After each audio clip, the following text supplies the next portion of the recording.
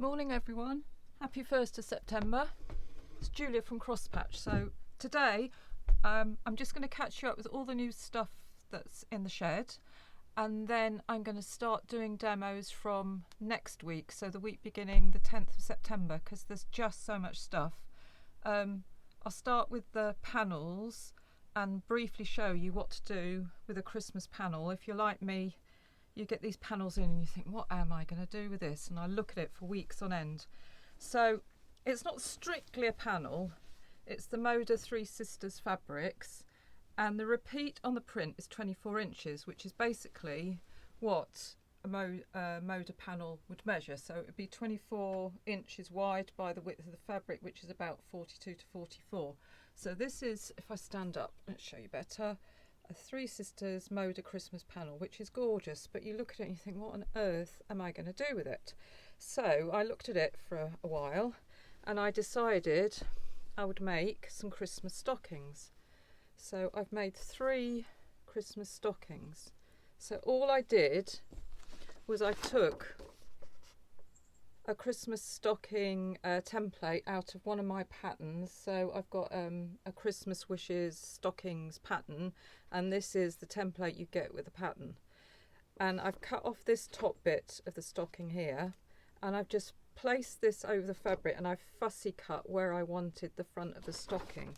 So on this one I've picked out, there's a little girl on it, and also on this one. And this one I just picked out the poinsettia and the Christmas tree. And then I had some Kath Holden Jingle Bells fabric, so I've just used that for the top of the stocking, and on that one I've put it on the back, and then I've just used a Moda fabric on the back of the other two, and I've lined it with some Macawa red, and then I just put a strip of lace across the front. So all you do is cut your stocking out. If you haven't got a template, just find an old Christmas stocking somewhere and draw around it. I fused it to H640, and then I've just sewn the panels together and put some lining in them, and hung a bit of rickrack on the back. So what was left, there was quite a lot of fabric left, so what I did, all the fabric that was left of the Christmas panel I cut into 5-inch squares, and I sort of fussy cut them as well. I also added a few more fabrics and cut a load of 5-inch squares, and I made 4 table mats and a table runner. So if I show you, so if you've got some charm packs kicking around that have got Christmassy coloured fabrics in, if you can hear a bell in the background, it's the cat. That's another story. So I've just joined 4 5-inch squares. As you can see, I've fussy cut the birds out and sort of Merry Christmas. So it's just 4 5-inch squares, and then a strip of 5-inch fabric for the side to make 4 mats. So there's 1,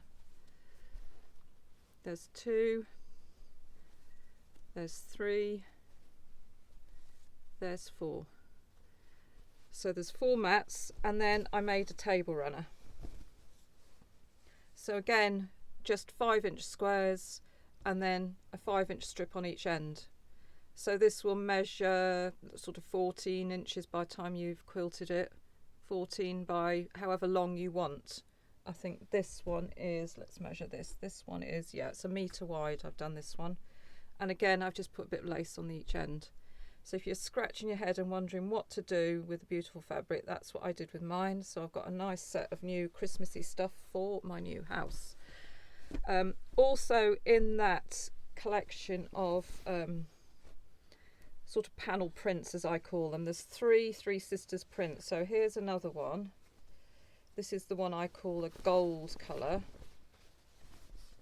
This is a repeat of one that came out a few years ago.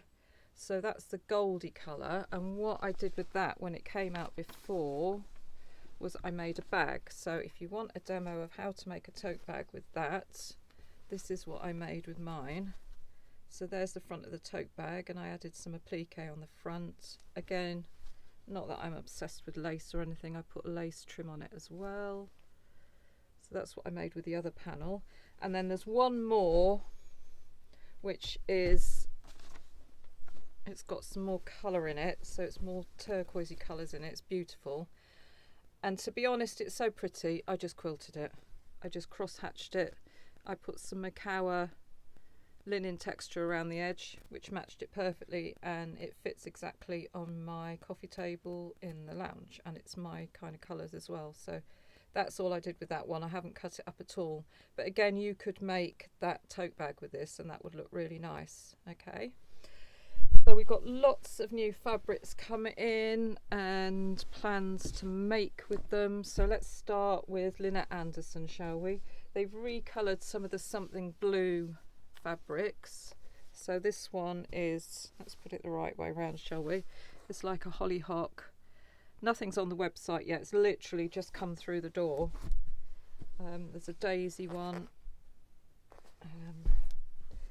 This is the writing one. It says gardens, flowers, love, trees, hope, children, bees, kisses. That's really pretty. The feature print is this gorgeous beehive and wheelbarrow, which we've had before. And there's a daisy one. And then I'll show the others in something that I've made before, just to save holding up, give you an idea. There's a demo on my YouTube channel of how to make the bucket bags. These are just what Moda call candy bars, so 2.5 inch by 5 inch. I cut some packs up, and I've used the hexi flower templates to make these and make a feature of the beehive on them. And you can also, if you look on my website, you can get these little bundles, 10-inch squares, which are ideal if you want to make something like this. So that shows the rest of the fabrics that we've got in. So there's the bees on there, and the beehive again, that's a feature print I just showed you, so that's something else new. What else is new? We've got, those who know me know I'm obsessed with Mr. Squirrel, who lives outside in the oak tree out here. I've seen him scurrying around this morning. So I love this squirrel print, and again I've used him before, and I've used the hexi flower templates to make him into, he's like a little lavender cushion. So there's a bunny, a hare should I say, and a squirrel on that fabric. The meadow fabrics, I think only my Facebook group saw them, because last time they came in I cut them all into fat quarter packs, and they went, the whole lot, every single bolt went when I showed them, and we made circle bags. So again, there's circle bag demo available, and these are the fabrics. So the plainer ones I've used for the lining, and the feature prints I've used on the outside. So there's one. Here's the one with the bees. Okay, so if you're in my Facebook group, next Sunday the 8th I will be doing bundles of fabrics and boxes of fabrics featuring all these special offers for you. Okay, what else is new that's exciting? New stitcheries. Right, so let's show you the stitcheries. So new stitcheries. Again, I'll be doing bundles of these next Sunday, but they will be on the website in the next couple of weeks. So there's one. So this is to add to the heart collection. So there's another 4 hearts, so there'll be 8 in total. That's the Love to Stitch. And then there's a new bird one, like so. There's another birdie one, like that. And then there's one more heart, which is a Stitching Friends one, which is that one. So those are the heart ones that are new. And then there's 2 new autumn ones. Now the autumn ones, if you want to get ahead, the autumn stitchery panels are on the website under stitchery downloads. So the website is cross-patch.co.uk, and they're on pattern download page. So there's Mr. Fox with his pumpkins is one stitchery, and the other one is Mr. Skirrel. Where have you gone, Mr. Skirrel? There he is, Mr. Skirrel.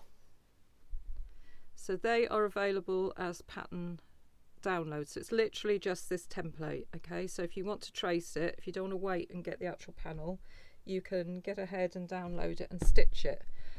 There will also be patterns for a bigger version. Now started, if you download the patterns and increase them by about 130%, you'll get them to this size. So This one I've only just started stitching, so it's been screwed up next to my armchair, so I don't know if you can see that. So that's the Mr. Fox one, and then I finished the cushion of Mr. Skirrel, which is here. So here's Mr. Skirrel, and what I've used is there's some charm packs on the website, some Makawa charm packs, and they've got all these autumny fabrics in them. So they've got Mr. Fox and everything on them, and all autumny leaves and things. So I've literally used one charm pack for that. Well, the whole charm pack is going to do this and the other cushion. So when I finish stitching the other one. Okay, so that's that. What else? So we've got new templates coming, which are called Octa flowers.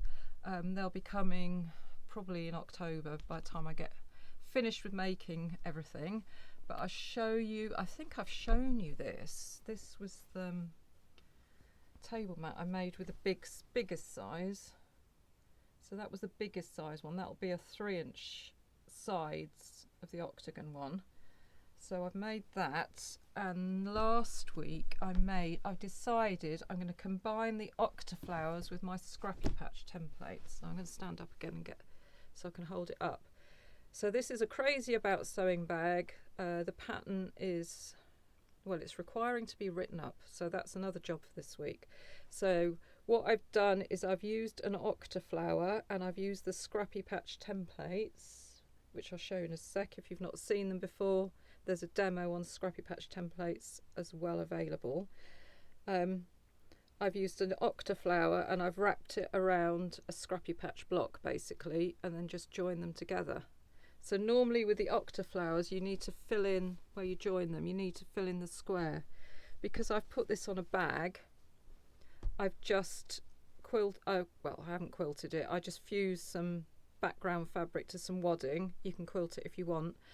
And then I sewed the Octa flowers together, and I just put them onto the fabric. So the squares in the middle is just the fabric underneath, so it saves you fiddling around putting the squares in the middle as you go along. So you can just join 9 Octa flowers together and put them onto some background fabric underneath. And the Scrappy Patch are in the middle. So if you're in the States and you can't afford the postage to get my templates, if you look on the pattern download page, the Scrappy Patch templates are on there, and also a 2-inch Octa flower which I used to make this. So if you want to get ahead of the templates, or you can't get hold of the templates and want to have a go, have a look on the pattern download. I've just written next to the templates how briefly you make an Octa flower, and it also tells you with the Scrappy Patch how you join the bits together to make a Scrappy Patch. I'll just show you the templates for the Scrappy Patch. So if you want Scrappy Patch templates, let's put them on the back of this cutting mat and you'll be able to see them. You get 5 very nice handy cut pieces, and you get a square up ruler, which is brilliant because once you've sewn them together you need to trim them down. You need to trim them down to about 5 inches, and this sits nicely on top of the finished block, and then you can cut round it, so it's really easy to use. And they've got like non-slip holders on the back, so they're brilliant. So they're the Scrappy Patch templates. And if you're just making Scrappy Patch, I've made a new table runner. So this is the same fabrics as the bag, so that's a Scrappy Patch table runner. If you're making an Octa flower, let me find an Octa flower, give you a sneak peek out of here, grab some of them. This will be the biggest Octa flower, so all you will get is a flower. The octagon comes from, if you just mark the points between each leaf, will give you the octagon. So you just draw around that for your fabric, which folds over your octagon, and then if you put this on top of your fabric, say you were fussy cutting your fussy cutting your Scrappy Patch, you would use this one and you'd put it over your finished block, and then you can fussy cut, let's get a smaller one, you can fussy cut out what part of the Scrappy Patch you want. Okay, So you just mark the point. I just marked with a black pen these points here, and then I just cut between the point to fussy cut for my bag to do that. Okay, so those are coming soon. So lots of demos coming. Demos how I made the bag, how I used the Octa flower to make the bag. So that will combine making the bag and using the scrappy patch and the Octa flower. So it's like 3 jobs in one. We can do the tote bag. I was thinking of doing some mats with the Lynette Anderson, what I call my half and half mats. So they'll be coming as well. Shall I sit down so you can see me, so you're not just talking to a headless person? Lots of things coming, lots of stitcheries to stitch up. If you can watch my Facebook Live next Sunday, will be at 9:30 on the Crosspatch Facebook page. That's it for today. I picked 2 kilos of blackberries yesterday up the field, so I'm going to go and try and make some jam, so wish me luck. Today it's supposed to be hot and sunny, but I don't know if you can see, if I just sort of veer you to that way, you can see the tractor. It's particularly grey outside today, or shall I veer you that way? And you can see outside that way. There we are, you can see where Mr. Squirrel lives out there. It's particularly grey and nasty. Yes, there's an elf on my door because my helper Sarah is an elf helper, and we just leave the elves on the door because it makes us laugh. Anyway, the story about the cat before I go. So Charlie the cat, when we were having the house rewired back in July, disappeared. Couldn't find him, disappeared. I happened to look at Facebook last Sunday morning and someone said, has anyone lost a ginger cat? And I said, well, yeah, he disappeared. Our cat disappeared a couple of weeks ago. We haven't seen him since. And she said, well, next time he lurks outside, I'll bring him in and I'll phone you. So I think it was it bank holiday night, Monday? I had a phone call about 9 o'clock at night. I've got the cat. So we charged down there. It's literally 1.5 miles down the road. And there he is, stupid cat. Obviously jumped in the post van or something and jumped out to a couple of miles down the road and couldn't find his way home. Anyway, that was Charlie Cat, so he's back. So he's got a collar with a bell on and a label in it saying what his name is and where he lives. So hopefully he doesn't disappear again. So that's my story for today. Thank you for watching the randomness as usual, and for subscribing, and for all your lovely comments. And I'll see you with a demo soon. Okay, thanks, bye.